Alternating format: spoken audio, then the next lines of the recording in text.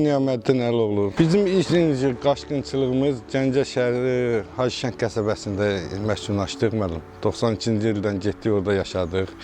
2009-cu ildə cənab prezidentin sərəncamı ilə Ceyranboy rayonu Meşəli qəsəbəsində təzə qəsəbələrini salınanda biz orada evlə təmin olunduq.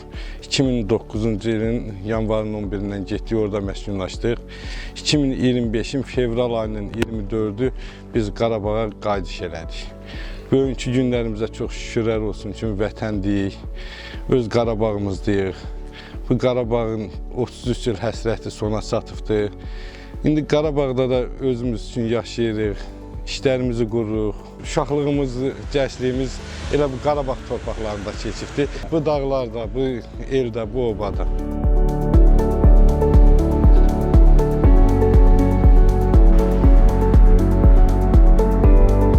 Ailə biznesi özümüz üçün qurmuşuq, kətə qutabxana açmışıq. Özümüz üçün işimizi qurmuşuq, çox şükürlər olsun. Yaxşıdır, durumumuz da yaxşıdır. Sağlamlığımız da yaxşıdır. Hərə biri özünə məxsus işlə məşğuldur da. Ailəmizi qane eləyir, dolanışığımız var. Turistlər də gəlir, turlar təşkil olunur, onlar da gəlir. Münasib qiymətlər eləmişik ki, gələnlər burada razı qalsınlar, geçsinlər. Çox münasib qiymətlərdir. Çox şükürlər olsun, çox yaxşı da dolandıq.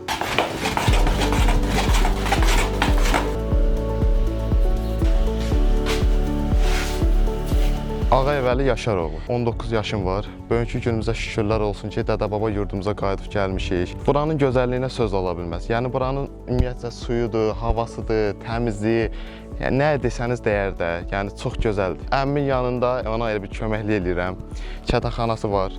Bəli, orada mən elə bir yerdə işlədirik. Turistlər gəlir, insanlar gəlib görür, gedir, qıraqdan gələn insanlar var. Ceyranboy rayonunda qalmışıq. Atam özü Qarabağ əllidir müəllim. Elə buralarda elə bir ki, döyüşübdür, can qoyubdu. Özü buralardan elə bir çox danışıbdı mənə. Yəni, buranın ümumiyyətcə bizim öz yurdumuzdan, zaddan, hamısından yəni mənə çox məlumat veribdi. Allah onun özünə də dəyməsin. Ki, belə yəni həqiqətən bugünkü günə də şükürlər olsun ki, müəllim, elə həqiqətən də gözəldir buralar.